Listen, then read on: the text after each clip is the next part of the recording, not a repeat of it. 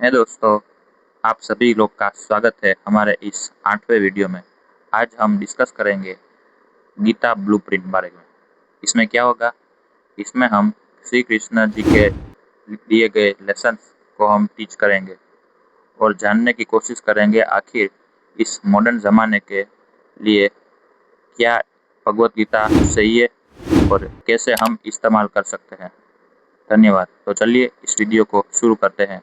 पहले धृतराष्ट्र उवाच धर्मक्षेत्र कुरुक्षेत्र समवेता युयुत्सव मामका पांडवश्च किम कुरुकृत संजयः।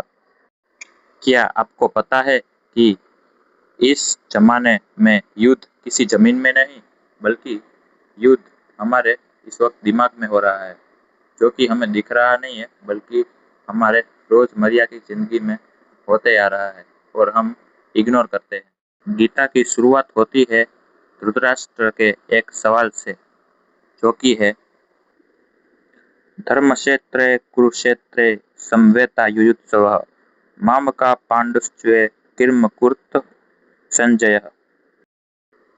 हे संजय, धर्मभूमि के कुरुक्षेत्र के युद्ध की इच्छा से इकट्ठे मेरे बेटे और पांडु ने क्या किया?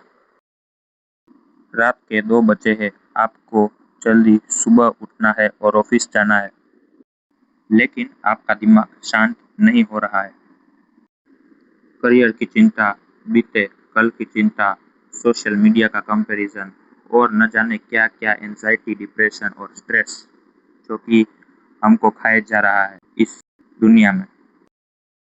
क्योंकि इस वक्त आप एक भयानक युद्ध में खड़े हैं, लेकिन ये युद्ध आपके मेंटल दिमाग में हो रहा है और आपको पता भी नहीं है, क्योंकि ये सब डिप्रेशन, एंजाइटी, स्ट्रेस के रूप में है। क्योंकि आज से 5000 साल पहले भगवत गीता और महाभारत की शुरुआत किसी युद्ध के कारण नहीं बल्कि इसी मानसिक थकावट के कारण शुरू हुई थी और हम आज भी उसे भुगत रहे हैं और वो और भी तेजी से बढ़ रही है।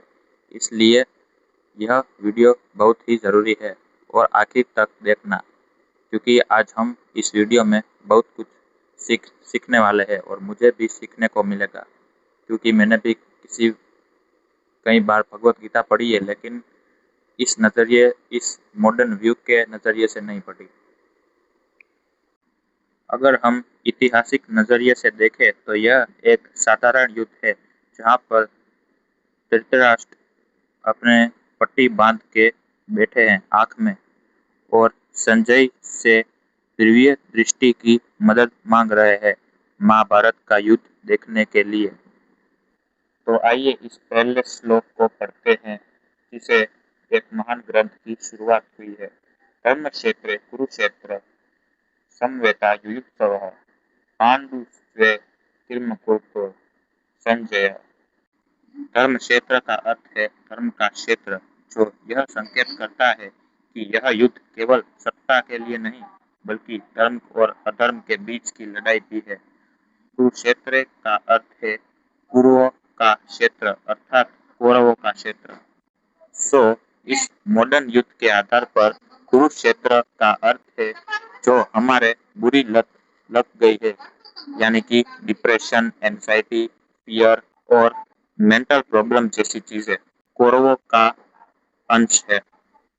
धृतराष्ट्र की चिंता यह थी कि उनके पुत्र युद्ध में पांडवों के साथ क्या करेंगे और उन्हें इस बात की उत्सुकता थी कि धर्म और अधर्म के इस महायुद्ध में उनके पुत्र कैसे व्यवहार करेंगे। संजय, धर्म भूमि कुरुक्षेत्र में मेरे और पांडु के पुत्रों ने क्या किया? अब बात करते हैं 2 सेनाओं की।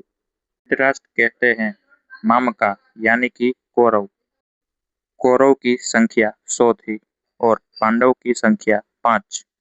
तो आइए समझते हैं आज के जमाने में कौरव कौन है और पांडव कौन है। कौरव यानी कि आपका डिप्रेशन, एंजाइटी, आपकी लत, आपका बुरा व्यवहार, आप और आपकी बुरी आदतें जो आपको दिन पर दिन बिगाड़ती रहती है।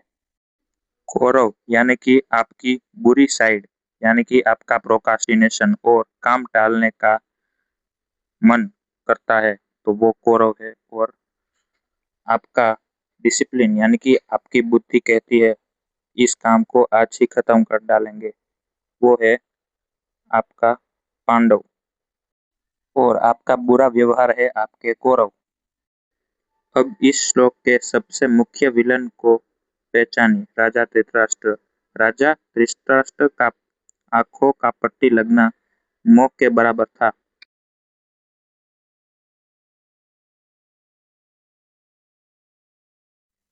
तो हमें इस श्लोक से क्या सीख मिलती है? तो हमें इस श्लोक से सीख मिलती है कि सेल्फ अवेयरनेस, यानी कि संजय का दूसरा नाम है सेल्फ अवेयरनेस।